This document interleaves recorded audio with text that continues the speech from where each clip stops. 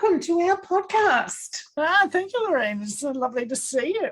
Oh, look, I met you probably over 10 years ago. Is it that long? Wow. Yeah, it would be. It would be maybe 11, even 12. So is that Chris Howard days? Yep. Okay, well, I did my first Chris Howard program in 2008. Yep, you were in front of me. Mm-hmm. Yeah. Yeah. Yeah. I might have gone along in 2008, but I sort of didn't start doing it until 2010. Mm-hmm. Okay. Yeah. Well, that's still 12 years that I know. been in the same space. I know. But the thing is, you and I sort of connected at a heart level. We really, I don't know, I got you anyhow, whether you got me or not, I don't know. Yeah, there was definitely something there because, I suppose I've realised through this whole COVID carry on how much of an introvert I actually am. So those people that I connect to, and I do go and visit and stay at their places when I'm in town, like I did with you. Yes. They're special. Yeah, you're right. There's some very special connection, and I've watched you over the years grow, and then and also go around in circles. And go around in circles, yes. Yeah. Like we all have, and that's what happens, Yep. Growing, you all go around in circles. Yep. And that is part of the growing process, isn't it? Yeah, absolutely. And likewise with you. Yeah. Oh, yeah, you would have seen me do massive backflips. You didn't know me before the growth, the massive growth. Okay, yeah. Yeah. So, look, just reading the chapter of your book was just like, oh, my God. I could have written this. This is me talking, and it's coming out of your mouth. And I've gone, that's why we connect so well, because we really do understand the journey that each of us have been on, which has led us to who we are now. Cool. Those are goosebumps. You're actually the first person I've sent that through to. Oh, really? The book's only just come out, and I've got 500 of them sitting here ready to send through. But I've got it, the digital version I sent through to you, just a bit of a heads up for today's chat. So that's awesome feedback. Thank you so much. Oh, look, and I started writing, the first thing I went, I'm going to quote you. I'm going to read this back and quote you, because I'm sure anyone who listens to this will just love some of the lines that you've said. And then there's 3 pages of them. It's like, oh, my God. Oh, that's awesome. Great. Oh, and like number 1, this is like in the first page, I think too many people see life as something to be endured. Oh, yeah, isn't it? Not an opportunity to create whatever they want. Oh, duh. They live in a place of resignation, addicted to mediocrity and complacency. Now, that line just went bang. Cool. Oh, it's like, mediocrity and complacency. Yep. Feeling not good enough and having a general sense of lack. Yeah. Well, that was my life up until 2008, when I, 45, had so many different skills and experiences under my belt. Divorce, kids, all of that stuff, and it's like, who am I? What am I doing? And I found the personal development industry and went, I now know what all of that carry on was about. Life now makes sense. I need to go inside and learn about me. And that's what I've been doing for the last, now 14 years. And that's where the freedom and fulfillment has come through. Absolutely. They're resigned to the reality of this is as good as it gets. I have no control. Well, that's where I was. Like, this is it. This is as good as it gets. And if I don't rock the boat and don't create waves, it won't be worse. Ah, yes. Okay. That's where I was at. So it's like, I could have written that. That was like, oh my God. Yeah. Oh, fabulous. It's not Ah, fabulous that you're like that, but it's fabulous that you connect and it resonates. So yeah. good stuff. Yep.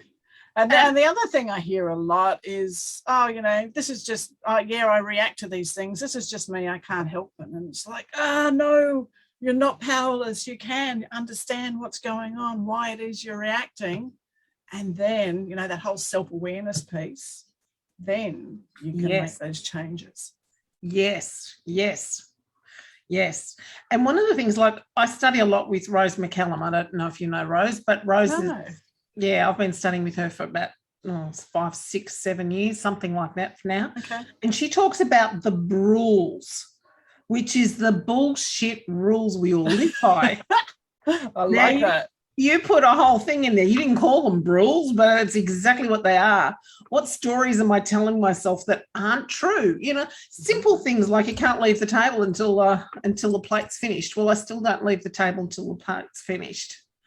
It's crappy stuff that are absolute bullshit rules that we all play by, Yeah, or they might be, they weren't bullshit to rules by those people who taught you those rules. However, we don't have to carry those rules with us, through life. We, once we get to a point of, question the rules.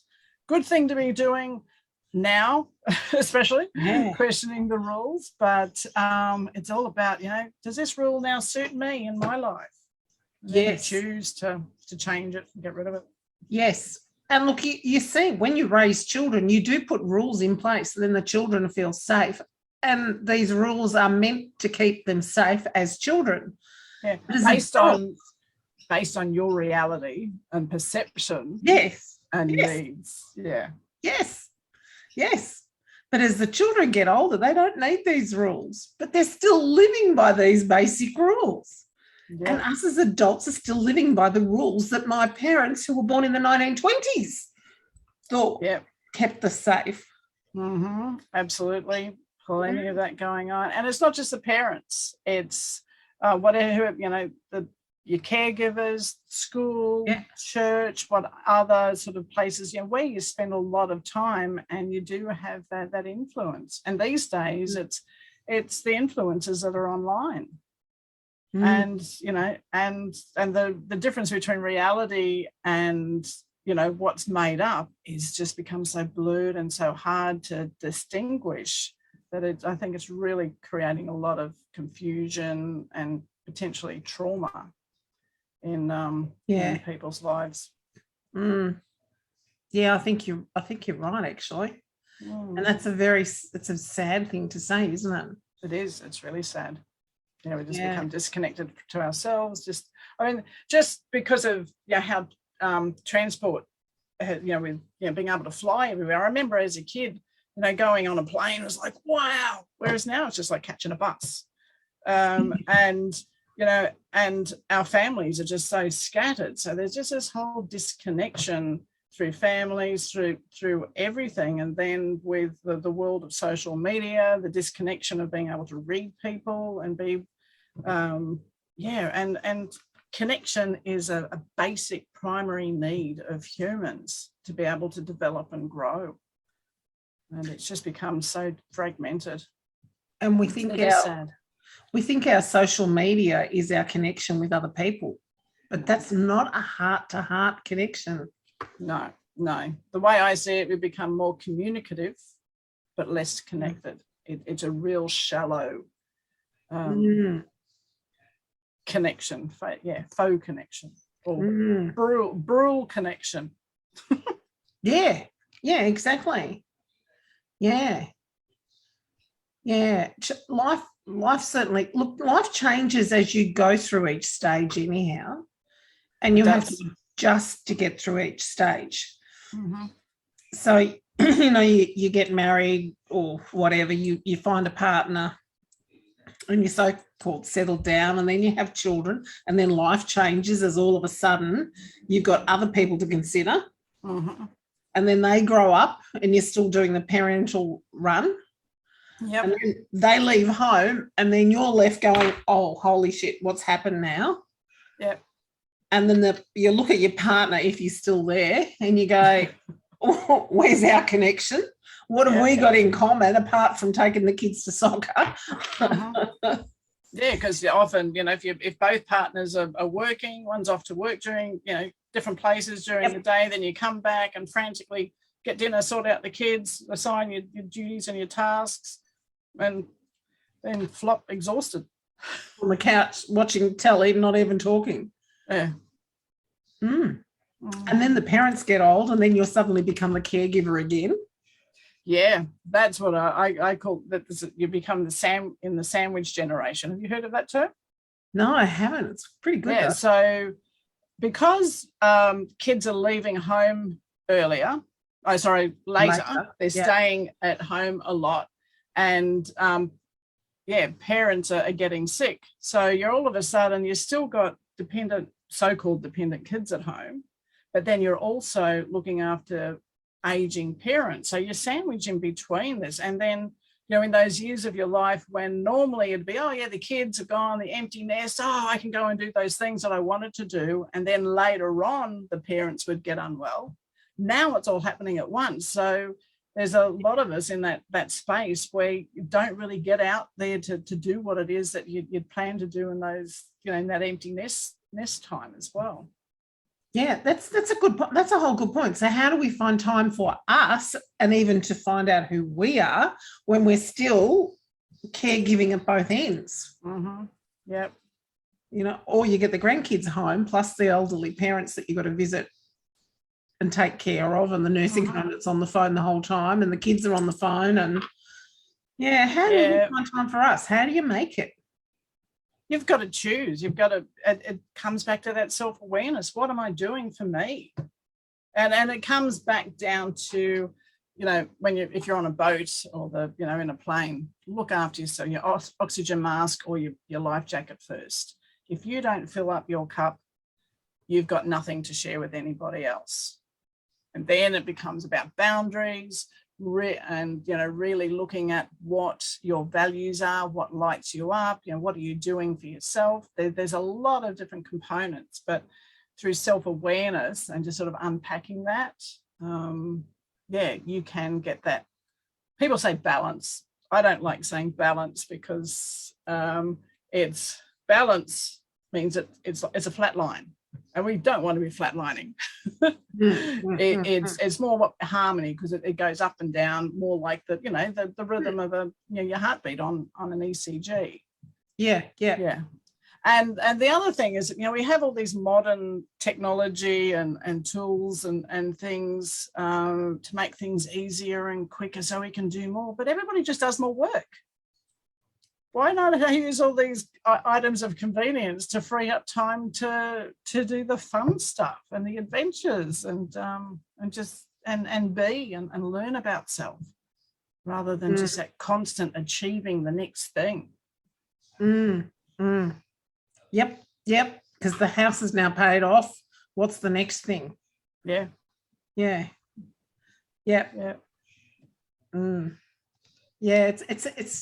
It's interesting how it just goes around, and everyone is the same. You might think you are, but you are. Yeah. Well, look at the schooling system. We're a bit programmed. Yes. Yeah. Where is the teaching in schools for emotional intelligence, or understanding your emotions, or really understanding who you are? Listening to my grandkids, I think that's coming. They're actually doing mindfulness in school. Yep. So the little kids might be starting to get it, but our generation, absolutely, totally. Yeah. Suck it up. Move on. Yeah, and you put that in there. Yeah, suck it up, be strong, move on. Yep. Okay, felt it, right. Okay, off, next. Yeah.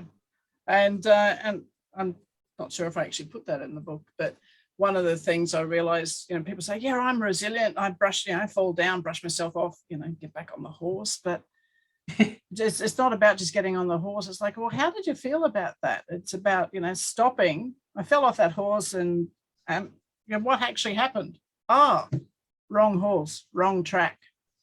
You stop, or pause, reassess and pivot, might be get on a new horse, new track or whatever. But acknowledging the emotions is just so important, because that's what it's all about in the end, how we feel, what we do. And it's really interesting. I think I, like you, have done lots of different things. Mm-hmm. And people look at you and they judge you for not being willing to stick at something. And it's like, why would I stick at it when I knew it was over? Yeah. And that was one of the big things of my catalyst in 2008, because I've done so many things, and I call my career path lifestyle and next shiny object. So it was like, oh no, this is getting a bit boring. Somebody else comes along and go, why don't you try this? Oh, yeah, and I was off. So change is something that does not worry me at all, which a lot of people have a lot of trouble with change. But I got to a point where I had 5 different resumes, and depending on what, whether it was sales, hospitality, working in a school, or nursing homes, whatever it was, I could only bring part of me to the job. And that's why when I found the personal development industry, it's like, I can bring all of me to this space. Mm-hmm. And my myriad of experiences means that I can connect with so many people, because I understand, part of what they are. And then my insatiable curiosity of, oh, tell me more about this, because that's one of my things, is to really experience life. Yes. I hear you, because I call myself, if somebody should say to me, what are you? I'm a serial entrepreneur, because I've had so many businesses. It's not funny. Yeah. So I haven't had the jobs, but I've had the businesses. Okay. And at one stage there, I've got 4 hats that I can put on. Which business am I doing now? Yeah. And the thing is, just because you can do something doesn't mean you should do it. It's about, figuring out which of those things that you can do that you love doing, they're the ones to follow. And like you, personal development and all of this sort of industry is where my heart just goes. Yeah. And I do these other things too. On the side, and it's like, oh, I shouldn't be doing it. I wish I hadn't done that, but okay. Mm-hmm. So I hear you, Kim. I hear you well and truly. No wonder we connected so well. Yeah. And change for me is just a piece of cake. Yeah. Some people cannot change. They're just glued and stuck. Yep, certainly are. Yeah. And I don't know how you encourage someone to change when they're so glued. Yeah. So once again, it comes back to that self-awareness. What are they actually attached to? What are they getting out of what they're attached to? And just helping them to open up their mind that there might be something else out there, that they can still get what it is that they're getting from that they're attached to, that serves them better. But a lot of it's, it's the mindset, and it's like, roadmaps. If you're driving the same way to work every day because that's what you've always done, on those days there might be a pothole and you decide to do a detour, and you find, oh, that's so much of a better place. But because I'm so rigid in doing that one track, you never looked elsewhere. And it's the same with anything. Just got to open up. Because everything, there's just so many things to do. Anybody who says they're bored, I just think, how? But you, if you're going down the same track every day, I'd get bored going down that track. So I'd be looking for different ways to change it up. Yeah. And probably changing it up is half the answer too, isn't it? Yeah, for sure. Yeah. It is. It's opening. People say, I've got to think outside the box. It's like, no, there is no box. I've always been proud of being able to think outside the box, because I live outside the box. So I've always loved that saying. So now it's what? No, there is no box. There is no box. Who created that box? I don't go in that box. No, not at all. Now, one of the things you also talked about was stress. Mm-hmm. And your, I don't know, just the overall opinion made me go, ooh. So I think the biggest problem in the world is addiction to stress. I thought, wow, what a statement that one is. Because people don't really understand it and brush it off as if there's nothing much to worry about. Mm-hmm. Oh, hello. Yeah. Yep. Kick your ass. Move on. Next. Yep. Yeah. And then you said the stress response is almost permanently turned on. Yep. I can see that. Do you know what's really funny? In my 30s, we moved to the country, we did a tree change. So this is before it was fashionable. So this is in the 90s, 1990s. Yep. Now, I had a mouth ulcer for years and years and years, and it would go and it would shift around my mouth, basically. 3 would join up and I'd have the whole side ulcerated. Oh, that must and it was like, and everyone sort of said, oh, I don't know. I worked out years later that it was stress. Mm-hmm. We moved to a place, I was isolated, I wasn't home with a small baby, and I wasn't coping. Yeah. Now, 5 or 6 years down the track, it turned into chronic fatigue, and I didn't get out of bed then for another so many years. But I never realised that it was stress.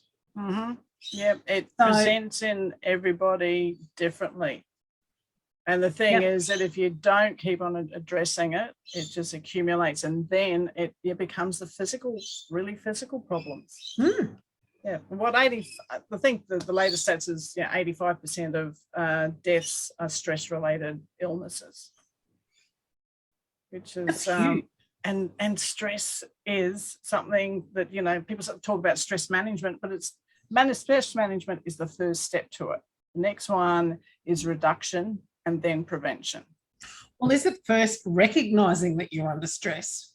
Yeah, you can't manage something you don't recognize. No, that's right. But people say, "Oh, yeah, I'm so stressed," but it's almost like a badge of honor. I'm so busy and stressed, and then it's just like, "Oh, yeah, whatever." They just and that's what gets me, is that people just don't recognize.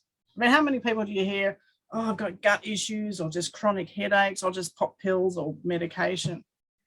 They're all long-term. They're effects of long-term stress. Yeah, definitely. Yeah. Yeah, and people they numb it in different ways. They do.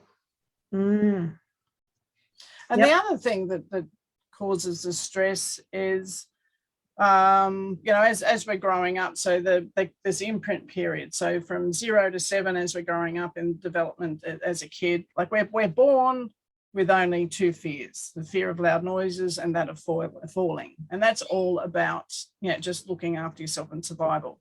And then the stress response is all about survival as well. You hear the stories of the caveman. It's all about the saber-toothed tiger.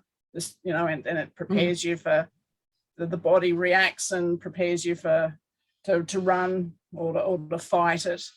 But also, growing up in that early formative years, as we spoke before about the messages from our parents and our caregivers.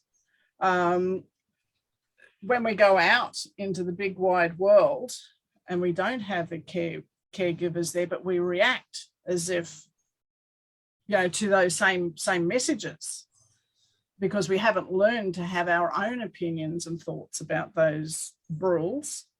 And and that triggers the stress response. They're almost, they're really complex traumas. The traumas in our system. And, when we hang on to those, we modify our behaviour to make ourselves feel more comfortable rather than addressing what is actually the underlying cause of everything. Yeah, absolutely. Yeah, but sometimes it takes a lot to be able to dig down deep to actually find out what that underlying cause is in the first place. It does. And that's where courage and vulnerability comes in. So I've done quite a bit of work with Brene Brown. I don't know if you know her, but But if you or your listeners, check her out. She's fabulous. Because we're in those rules. That's our sort of our little map of that's our world. Yes. And to be able to step outside of that, what ends up becoming our comfort zone, we have to be courageous to step outside of that space. And then that, you actually end up putting yourself in a space of vulnerability because you're confronting somebody else with their rules. And they might think you and your rules are stupid or whatever it is. So you've got to have that courage to be vulnerable. And and also trust comes into it a lot. Just finding one person to start off with that you can trust, who's not going to judge you no matter what it is you say or do. And then you can start to accept who you are, how you're being, and realize that everybody is just so uniquely themselves. And everybody has shit and baggage that they're carrying around. Yeah, absolutely. And if you think you haven't, you're not being honest with yourself. Yeah. And that's the big, one of those big things as well, is just being honest with self. It's hard. You have to accept that, I was really mean on that occasion. Yeah. Yeah. But that could have been a stress response to a survival response at the time, until you became more aware of, okay, I could have gone about that a different way and, had a better outcome. Yeah. It's funny. Last year I went to a retreat and it came up with vulnerability. And I said, I'm not going to be vulnerable. No way, vulnerability. And I looked at the word vulnerability. To me, that is weakness so other people can attack. So I'm not going to be vulnerable. Anyhow, then all of a sudden everyone's going, oh, yeah, you haven't done Brene Brown's work, have you? And I went, no. That's her big thing. And then they started saying, but, blah, blah, blah, blah. So I've made vulnerability my word for the year. So that's my 2022 word is I'm going to be vulnerable. Yeah, big and brave. Well done. Big and brave. So, everybody on this podcast will hear everything about me and I'm going to be absolutely honest and vulnerable. Yes, yeah.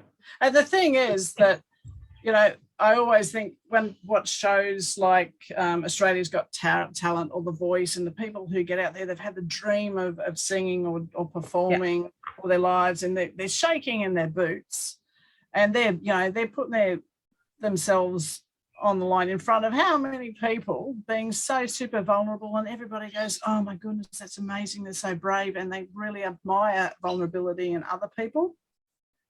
But being vulnerable themselves, no. It's a really interesting situation, that one. Because it's very easy to put on the bravado face and let everyone see that. Absolutely, the masks everybody wears. Yeah. And I think there's these days, and social media has really highlighted how people can be. If they're face to face to you, they might be nice as pie, and then you get and then at home they're a keyboard warrior. It's like, okay, which is the real person? Which is their, who are they really? Yeah, absolutely. Yeah, masks is a whole other topic, isn't it? It is. It's a topic on itself. Yeah. Yeah. Now you use the word connectication. Yes. I love it. Do you want to explain to the listeners what that word is? Because it's really clever. Well, it's a word that I made up, and it's registered with the Urban Dictionary as my word. Is it? It is. Good on you. Which is so funny. Yeah, they're just reflecting on what it is that I wanted to share with people, and sort of the underlying I suppose, foundations of what people really need. And it's communication and connection and collaboration. So we work together. And so I thought, oh, what's a word that can just, mean those three things? And I came up with connectication. So essentially it is having authentic communication to develop meaningful connections and to have, supportive collaboration. And so when we've got those three components, I think, we can be unstoppable. Beautiful. Beautiful. Now, one of the things you also talked about is there was connection, collaboration. Mm-hmm. So it's the old thing, it takes a village to raise a child. Yes. Yeah. It takes a village to support a woman. Yes. Yeah. Yeah. Yeah. It's certainly all about that. Whereas a lot of what you hear about now, it's all about competition. But, competition, just because you might work in the same field, it doesn't mean you need to be competitors. No. Even if you're offering the same services, you don't need to be competitors, because you're both very different because of the uniqueness of the person delivering the service. Yeah. I mean, you and I could be given a program to deliver, and we would deliver it totally different. Yeah. And we'd have other different people would resonate with you, and some would resonate with me. Yep. And the bottom line is that we'd be helping, supporting so much change on the planet and doing it our way. And our focus would be on different things, because that's what we see as more important. That is because our own life experiences are different. Absolutely, yeah. We draw from our experiences, our perception of life and the world, our biases, our unresolved stuff as well will pop in there from time to time. Yeah. No. Yeah. So collaboration and working together is, as you said, that whole community thing is really, really important. I love that. I love that. And I don't understand, our political systems with two parties, why they can't work together more. Wouldn't life be better if they could say, that's a fantastic idea, yes, let's support it. Yeah, yeah. And it's not just a political system. I worked at my son's school one time, and actually, my first PNC meeting I went to, I came out as president. And that's what I tend to do, find something new. It's like deep end. But there was a bus stop outside of the school that was in a position that obstructed the view of anybody coming in and out of the school driveway. So part of, after speaking to the principal, of course, we thought, okay, let's lobby the council to relocate this bus stop. Turned out that our school was on the border of two councils. So just to relocate the bus stop, I had to communicate with two councils. The bus company, I think the RTA it was called back then. There was just so many, but just to relocate a bus stop. And these two councils couldn't even manage to agree on the street name, because the part of it that was in one council was one name, spelt one way, and the rest of that street that was in the other council was spelt a different way. I mean, that's sort of how crazy the government is. And I end up writing to them and said, well, can't you just have a border committee? And so you can just, work together. But of course, nothing came back. Yeah, I hear you. I hear you. Yeah. Now, I'm going to read another bit, because honestly, this was me reading it. This was me writing it. And I don't know how these came out of your mouth. and I'm sure if I'm feeling this, our listeners would be feeling this as well. But looking back at my life, I see that there was a big gap in my education. The focus was on doing and didn't include being. Oh my God, Kim, I'm only just still learning about being and not doing. Because like you and the kids' school and the councils, I've been on school council, I'm a doer. And that's how I'm so efficient. Yep. Yeah. But as human beings, you know, it's in our title, so to speak, we're human beings, not human doings. Is being a mum more harder for us to stop doing and being because we're always doing for the kids? Is that where it... I don't know if it's just about mums. The way I see it, how it came about for me is that I was the firstborn to teenage parents. And just with the family background, the entrepreneurial families, but there just wasn't very much emotional intelligence, and that whole, you know, suck it up, get on with it. Yep, suck it up, princess. Yeah, was a big part of it. My mum's mum died when she was 2, so she didn't really, you know, she wasn't really parented in a loving sort of way. Her father was an orphan and came out on the ship as a 14-year-old from England with Barnardos.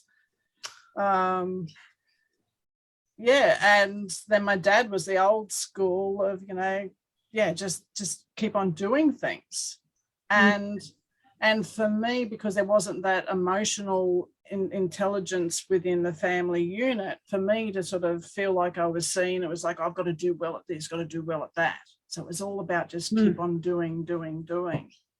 And it wasn't, and if I got upset, it was like, oh, don't, you know, it's nothing to cry about, just snap out of it. Hurt myself, suck it up once again. Or if I got angry, I think I got laughed at. So I just shut down what emotions I had. Yeah. And that was the safest way, was for me to just do and just, you know, not even look at that space, because I didn't know what words to put to things that I was feeling. And I suppose, you know, feelings almost weren't allowed in some ways, unless it was, you know, in the positive. Yeah, I don't know. It was just absent. It was just absent. Yeah. So the doing and being good at whatever I did was where I attempted to get some sort of acknowledgement, acceptance, and love. Yes. To be good enough. Yes. Yeah. Because he also then went on that I had perfected looking confident and being capable of doing things to feel accepted and belonging. Yep. However, on the inside, I often had a knot in my belly and a rock in my throat. And I was petrified of speaking up. Oh, I learned never to speak up. Yeah. When it came to expressing myself, I was often the quiet one on the sidelines, going with the flow and not really standing for anything. Oh, hello. So many people would resonate with that because, you know, to be quiet meant that you didn't get bad attention. Well, to me, as I wanted to be the good girl, so I was the very good girl. And you can't speak up if you're being the good girl. No. And that's, just that, oh, good boy, good girl. Anytime I hear that, my skin crawls these days, because it's a judgment. Good or bad according to whom? According to the rules of whoever's saying it. Exactly. Yes. Yeah. This was a reflection of my being. Learning to accept, understand, and deal with emotions and feeling was not on the education agenda. Well, there's no one there when I wanted to, you know, talk to anyone, or when I, you know, wanted to burst into tears. So consequently, I didn't learn the language, how to communicate feelings and emotions and work with them. Oh my God. Instead, I was taught how to suppress them. Yes. Yeah. How not to get too excited or upset. Well, what was the point of that? So you'd be promised something and you go, yeah, I'll believe it when I see it. But just suck it up and soldier on. Hello. Oh, this was my life. So I don't know how you've written it. Maybe I astral traveled sometime and popped in. Not having the tools to speak up and ask for what I wanted, I felt unheard, not good enough, and like I didn't matter. Yeah. This led to feeling shut down, disconnected, and unloved. My self-worth was non-existent. Mm. I don't know how many years I have worked on self-love and self-worth. It's like it just keeps coming and coming and coming, and I think I would get there, and then all of a sudden something will happen, and it's like, oh, go back again and keep working. Yeah. Yeah. You know, and as a kid to actually stand up and say, you know, I love myself. Oh my God, how look at her. She loves herself. Yeah. I don't do that. No. And even if you ask for what you want, oh, you're selfish, or, you know, you're not deserving, or it's just so many things. Oh, yeah. Oh, absolutely. In actual fact, I was in the lolly shop yesterday and I said to my granddaughter, what would you like? She said, I'd like some UFOs. I said, so have you seen any? And she said, no, they don't have them. I said, ask the lady behind the counter. Oh, no, I can't do that. And I said, Ayla, if you don't ask for what you want in life, you won't get anything that you want. You have to learn to speak up and ask. I can't ask her. Yes, you can. And we're not going anywhere until you ask the lady if she's got UFOs. Yeah. If you don't ask or speak up, the answer's always no. It took me until I was in my 50s to work out that I'd shut that down. Yeah. How sad is that? It is. And so many people have the same sort of thing, you know, the fear of judgment, the fear of rejection, abandonment, to, you know, going down, you know, to the next level of that. Yep. And that, you know, if we look after ourselves, you're just being selfish. Consider everybody else. Yeah. Well, if I don't look after myself, who's going to? I'm the one who's always with me. Exactly.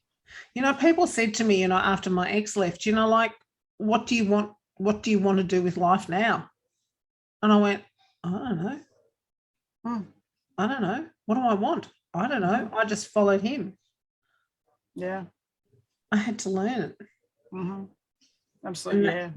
And that's when I realized I had never asked for anything I wanted, because the answer had always been no. Yeah. So I never demanded anything, because then I was never disappointed. Yes. Yeah. And then that was the same for me.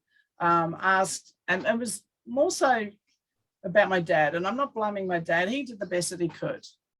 But he was particularly emotionally disconnected. And I can see where that comes from because of my grandfather. But he was just full of empty promises. So, you know, that was just disappointment after disappointment. Oh, yeah, I'll come and see you play netball. Didn't show up. And my 18th birthday family dinner, he forgot, missed it. And that was the camel that, you know, the straw that broke the camel's back as far as my mum and their marriage went. Yeah. Because he was just so disconnected. But now I can see that he was just so uncomfortable with intimacy of any kind. Yeah. Because at his funeral and his wake, you know, speaking to people who knew him, says, oh, they were so helpful. You know, I'd ring him up and get advice and stuff. And myself and my sisters are all looking at each other and going, God, are we at the right funeral? Because who he was with strangers was so different to who he was with us. It was the mask. Yeah. Or that might have been him, but he was just so uncomfortable with being close to people. Yeah. It just didn't factor into the whole family situation. Yeah. So for me, it was like, if I don't ask, I can't be disappointed. I tell you, look, there's always linings in things. Yeah. I am the most strategic person to get what I want. I get what I want because I worked out strategy from a little child growing up. Yeah. So if I want that, then I need to save money and work out how I'm going to get someone to take me shopping so I can go and buy it. So talk about strategy. I'm the king of strategy. Yeah. Yeah. because I can't ask for what I want. Yeah. Yeah. Yeah. Yeah. So you took on the responsibility yourself. Yep. To make it happen. But it had to be something really worth fighting for, because it took a lot of fighting to get there. Yeah. Yeah. Yeah. So that was the upside. Yeah. Upside of it. Because you gotta look, there's, for every black there's a white, for every down there's an up. Absolutely. We get skills from missing one part. Yeah. For every challenges are here for us to learn something, to grow, or there's gifts. There's gifts in, it's either knowledge, power, or inspiration. So the idea is to learn to look for those gifts in the challenges. I mean, our body, because survival is the basic sort of instinct. We're made up to see more negatives than positives, and to be able to switch a negative, it's actually 3 to 1. So those judges, those saboteurs, those little voices in our head, they're actually a protection thing, because of something that's happened. You've learned, it's like, yeah, well, I don't do that because this may happen. But it's all protection. But if you really desire something, they get in the way. So, there's tools around that you can learn to acknowledge what those voices are, bring it back to neutral, and then activate another part of your brain to be able to see the gift within that challenge, or what that saboteur is trying to, how they're trying to keep you safe, if that makes any sense at all. Yeah, it does. Yeah. Yeah. So how do you find the gift? Yeah, so there's a few different ways, depending. So there's lots of different tools. I have as a coach, I use different tools. One of them is just really tuning into the sensation in your body, that uncomfortable sensation, because any discomfort in your body, it's you either pay attention or you pay with pain. So you pay attention and say, okay, what is that discomfort? And I've got a process where we can inquire as to what that energy is. And it might sound weird, but I actually have conversations with the energy. And say, okay, you're there for a purpose. Yeah, I'm there to keep Lorraine safe. Okay, safe from what? Oh, safe from all that judgment. How are you doing that? And then, through that process, depending on the individual, will come down to, a situation, and either where it was implanted in the system in the first place. But from that, you've also become, and you just find the gift in it. So for me, sort of feeling like I was unsupported as a kid, I became fiercely independent. Yeah, so that was the gift in that lack of support. There's also, I've recently, since writing the chapter in that book, I've been working with this guy called Shazad Shamain, who has a whole thing called positive intelligence. And it's based around learning to understand your saboteurs, which is those little negative voices. The judge in particular is the chief saboteur. And then there's actually 9 accomplices. He's done this thing called factor analysis, which is analyzing things to get down to the base root of everything. So, for example, colors. How many colors are there in existence? There's like millions of them, but they're all based on red, yellow, and blue. Yep. So that's what factor analysis does. So he spent, interviewed thousands of people, did so much research, and discovered that everybody's behavior is based on the judge and then these other 9 saboteurs. Yep. And he has a process where you can then bring it back to a grounded space and learn to bring in the sage part of you. And those saboteurs and that negative side lives in the left part of the brain and the sage is in the right side of the brain. Yep, yep. So through these simple processes, you acknowledge, you ground it, and then you ask, okay, what's the sage perspective on this? What, I empathize with that judge, with that situation. You then explore, innovate, and navigate. I'm still getting the words in my head. I just had to quickly look at my chart on the wall. on the wall. Navigate, and then you activate. So you switch it. And it takes practice to build up mental fitness. It's what it's called. We have so much focus on our physical fitness, but mental fitness is like a muscle. You acknowledge, it's the same sort of thing. You acknowledge that this is happening, and just gradually, incrementally practice and build up that muscle. So you can get to a point where, something goes wrong, instead of going, oh, you idiot, I shouldn't have done it this way, I should have done it that way, rah, rah, rah, rah. It's like, oh, okay. Well, what else could have done? And you just see the gift and move on. Yeah. Depends. Yeah, there's lots of different ways to go about it, but they're just two ways that I go about, flipping the negative into the positive, or the challenge into the gift.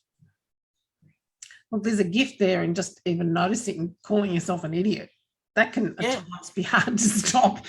Yeah, absolutely.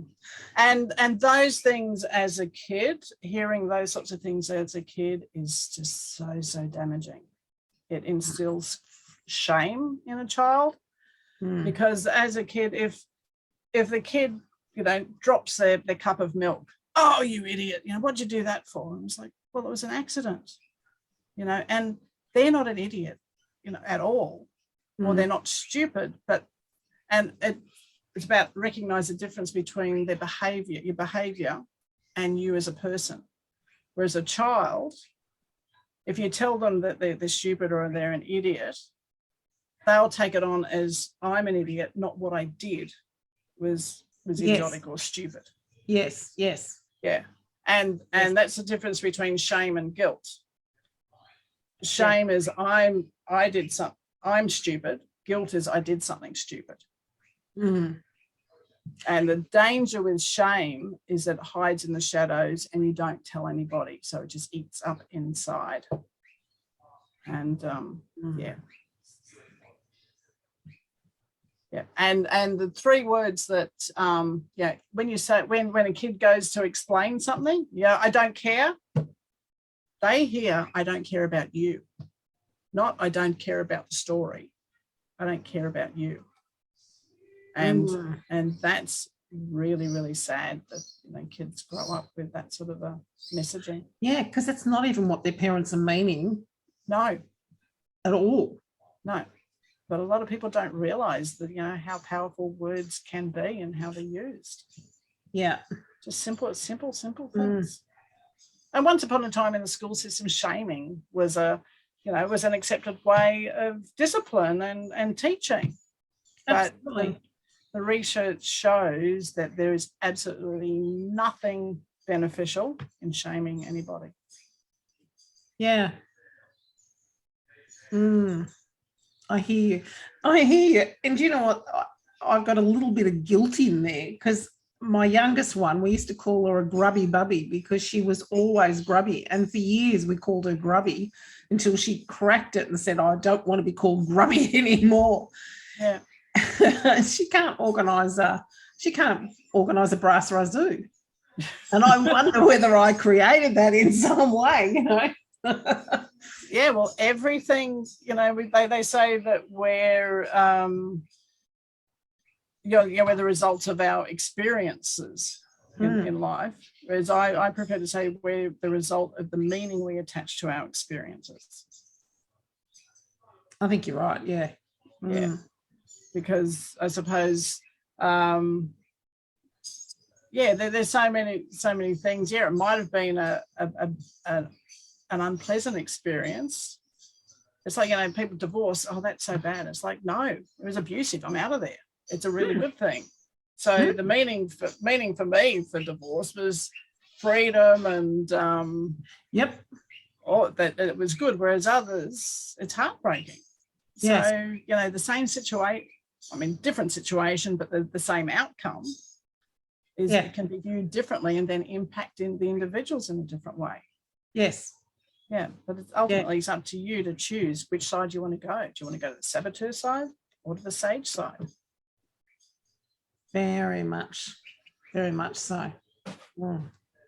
I like you said here, I discovered the key to fun, freedom and fulfillment was having the courage to venture into a place of vulnerability, remove my safety masks and be unapologetically me, accepting myself for who I was, my perfectly imperfect self. This was where real growth began and continues to grow. Again, not a work in progress. Yeah, you got to have fun. So many people take this whole life thing too seriously. I've always thought of my life as a work in progress. So thanks, Kim. rephrase. It's now a game. Yeah. And it's sort of wonder, that those sort of teenage or young adult years, it's like, oh, grow up. And it's like, what does that mean? I'm 60. I'm 60 next year, and next week, and it's like, grow up. It sounds dull and boring. What is this perception of being adult, of being serious without that playfulness? Oh, geez, I've been told that many times in my adult life. I think my kids have said it to me. Oh, Mum, grow up, Why would I? Why do I want to? Yeah. And the masks, they're just to fit in, to feel safe, to hide behind. There's all sorts of different reasons why people wear their masks and create masks or armor up. Yeah. No, I think that's amazing, just to be unapologetically me, accepting myself for who I am. My perfectly imperfect self. Yeah, what is perfect anyway? Once again, according to whom? Well, I'm certainly not that, but I'm perfectly me. Yeah.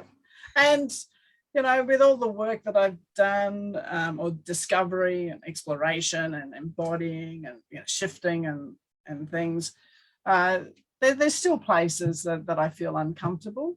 But now I've got to the point, rather than going, oh, I don't like those situations, I'm not going there. It's like, okay, I get curious. Okay, what is it? Why am I uncomfortable in this situation? And then I learn a little bit about myself. It's because you're in a room of, because I'm in a room of academics. Everybody's got uni degrees, and I never went to uni or anything. So there is a potential for me to feel dumb. But over time, I've realized, well, that's their expertise. I've got other expertise, and I'm sure they look at me and go, oh, I feel so inadequate in that area. Yeah. Well, I'm inspired by you, Kim. Oh, thank you. I'm absolutely totally inspired by you. So take that as a massive pat on the back. You've always inspired me, and just listening to what you do and how you go about things is just amazingly inspiring. Well, and I'm sure that you would inspire far more than me. Well, that's what I hope to do, because I just see so much suffering out there, and suffering's a choice. Pain's inevitable, suffering's a choice.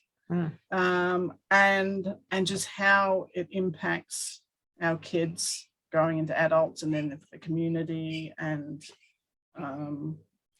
we all really need to learn to understand ourselves, have that self-awareness, then take responsibility, have the self-care, and reach out for support. It's not a sign of weakness.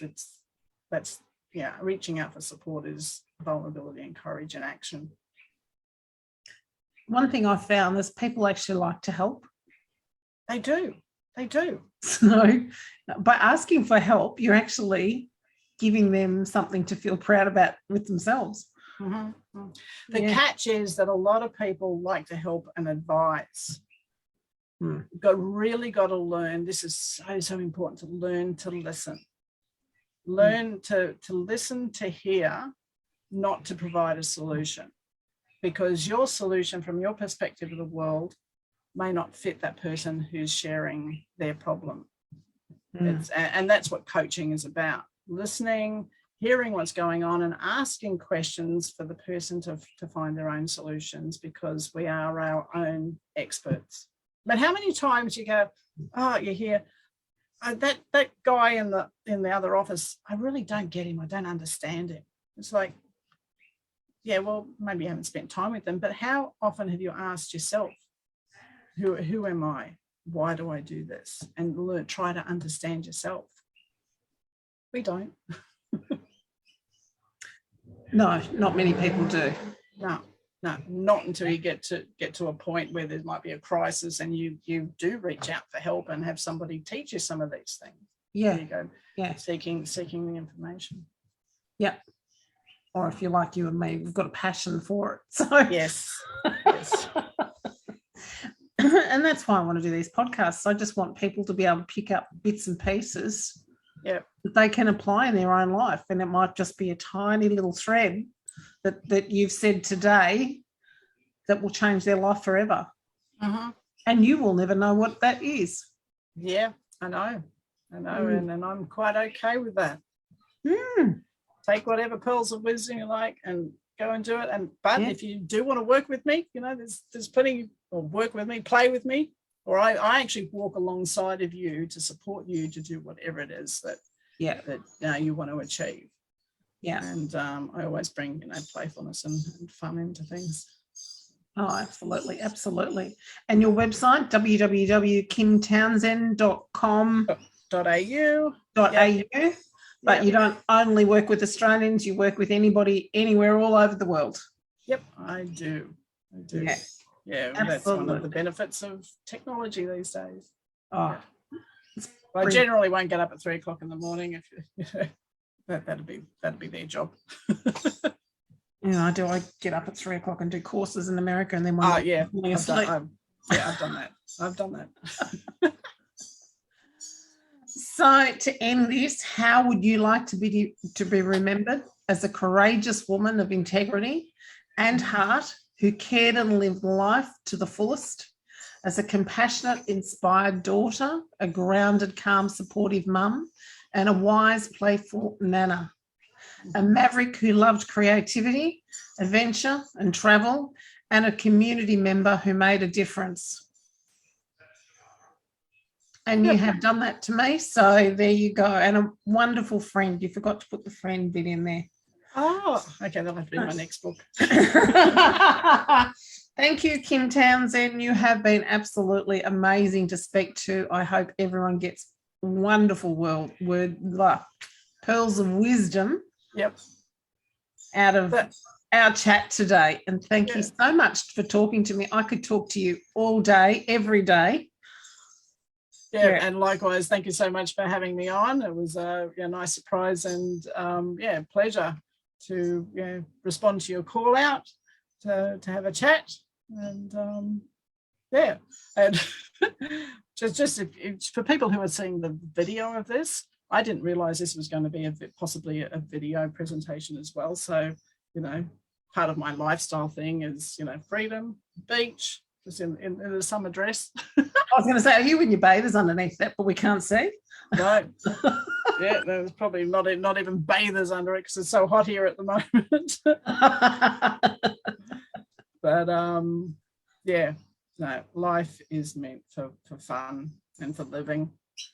I think I've seen a couple of Winnie the Pooh little cartoons that you only die once. It's like, no, you only live once.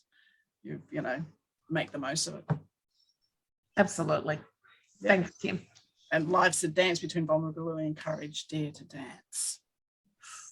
Oh, I like that. Yeah.